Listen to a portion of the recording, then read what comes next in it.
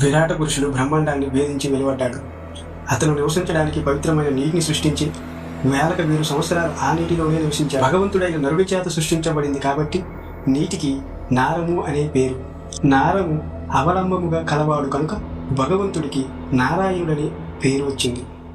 తనను తాను అనేక విధములుగా మార్చుకోవడానికి యోగ నిద్ర నుంచి లేచి తన శరీరాన్ని ఆది దైవము, ఆది ఆత్మ, ఆది భూతము అనే 3 భాగాలుగా విభజించాడు.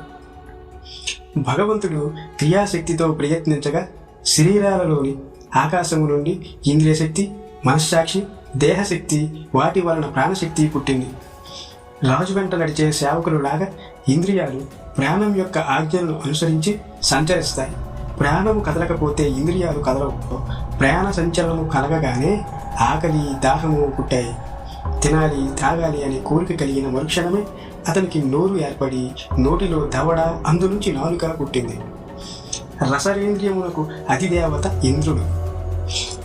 మాటలాడవలనని సంకల్పము కలగగా అతని నోటి నుండి మాటలు పుట్టాయి. మాటలకు అధిదేవత అగ్ని. భగవంతుడు నీటిలో ఉన్నప్పుడు ఊపిరి బంధించి ఉండేది. ప్రాణవాయువు చెలించడానికి అతనికి ముక్కు ఏర్పడింది. ముక్కుకు అధిదేవతలు అశ్విని దేవతలు. భగవంతుడు వాసన చూడవలనని అభిలాష కలిగింది. జ్ఞానేంద్రియము ఏర్పడింది. దానికి అధిదేవత వాయువు. తన మూర్తిని ఇతర మూర్తులను చూడాలనుకున్నాడు. తత్ఫలితంగా నేత్రములు. ఆ నేత్రములకు అధిదేవత అయిన సూర్యుడు పుట్టాడు. ఋషులు వేదములతో చేయు స్తుతిని వినాలని అధిదేవతలుగా దిశలు ఏర్పడగా చెవులు పుట్టాయి.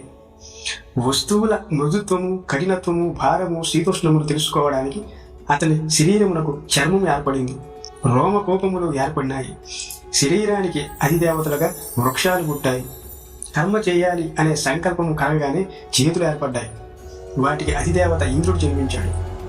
నడవవలనని బుద్ధి పుట్టగా పాదములు ఏర్పడ్డాయి. పాదములకు అధిదేవత విష్ణువు. సంతాన వాంఛ, సంభోగ వాంఛ కలగగానే శిస్నము ఏర్పడింది. దానికి అధిదేవత ప్రజాపతి. మల విసర్జనాపేక్ష కలగగా గుదస్థానము ఏర్పడింది. అధిష్టాన దేవతగా మిత్రుడు పుట్టాడు. భగవంతుడు ఒక శరీరం నుండి వేరొక శరీరమును ప్రవేశించదలచగా నాభి ద్వారము, అపానము, మృత్యువు ఏర్పడినాయి. అన్నపానములు గ్రహించాలి అనుకున్నాడు భగవంతుడు. అప్పుడు ఉదరము, నాడులు, ప్రియువులు ఏర్పడ్డాయి. అన్నములకు అధిష్టాన దేవతలు నదులు, నాడుల అధిష్టాన దేవతలు సముద్రములు. భగవంతుడు తన మాయను తలిచాడు. అంతటా హృదయము, మనస్సు, సంకల్పము, అభిలాష ఏర్పడి మనసుకు అధిష్టాన దేవత చంద్రుడు పుట్టాడు. భూమి, నీరు, అగ్ని వీటి నుండి స్థూల చర్మము, దానిపై సూక్ష్మ చర్మము, మాంసము, రక్తము, మేధస్సు, ఎముకలు ఏర్పడ్డాయి. విరాట పురుషునకు అహంకారం పుట్టి దాని నుండి అధిష్టాన దేవతగా రుద్రుడు ఏర్పడ్డాడు. విరాట పురుషుని శిరస్సు నుండి స్వర్గము పుట్టింది. పాదముల నుండి భూలోకము, నాభి నుండి ఆకాశము పుట్టాయి.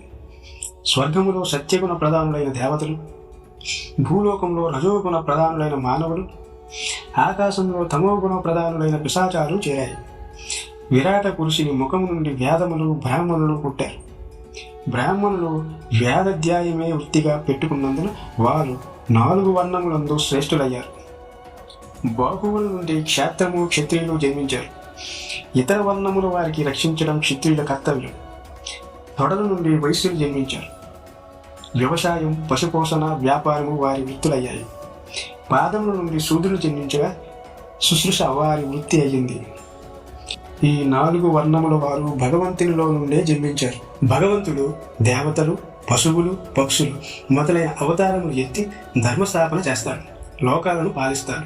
గాలి మేఘములను నాశనం చేసినట్లే ఆ భగవంతుడు ప్రళయకాలమును రుద్రుడై ప్రపంచములన్నింటినీ హరిస్తాడు. సృష్టికి పూర్వం ఈ జగత్తు లేదు. అప్పుడు కార్యకారణ రూపశక్తి అయిన మాయాశక్తితో విశ్వ సృష్టిని చేశాడు. మాయాశక్తి వలన త్రిగుణమై మాయ క్షోభ పొంది సర్వాత్మలు, ప్రకృతి, పరమాత్మలలోనే లీనమై ఉండేవి. అప్పుడు ఇంద్రియాతీతుడైన పరమాత్మ తన అంశ స్వరూపుడైన పురుషుణ్ణి ప్రకృతి మీద అధిష్ఠింపజేశాడు. చిదాభాస రూపమైన బీజము స్థాపించాడు. అనంతరము కాలప్రేరణ వలన మాయాలోకం నుండి మహాతత్వము వ్యక్తమైంది. మహాతత్వము నుండి పరమాత్మ తనలోని విశ్వమును ప్రకాశింపజేశాడు. మహాతత్వము వికారము పొంది అహంకారం జన్మించింది. భూతములు, ఇంద్రియాలు, మనస్సు, ఈ మూడింటి వికారమే అహంకారం. అహంకారం 3 విధాలు. మొదటిది సాత్విక అహంకారం, దాని నుండి మనస్సు పుట్టింది. రెండవది రాజస అహంకారం, దాని నుండి ఇంద్రియాలు, అధిష్టాన దేవతలు పుట్టారు. మూడవది తామస అహంకారం, దాని నుండి బోత్త సూక్ష్మముకు శబ్దము జన్మించింది. తామస అహంకారం నుండి ఆకాశము కూడా పుట్టింది. ఆకాశముపై భగవంతుని దృష్టి పడగా కాల మాయ హంసాయోగమై ఆకాశం నుండి స్పర్శాతనాత్మత వాయువు పుట్టింది.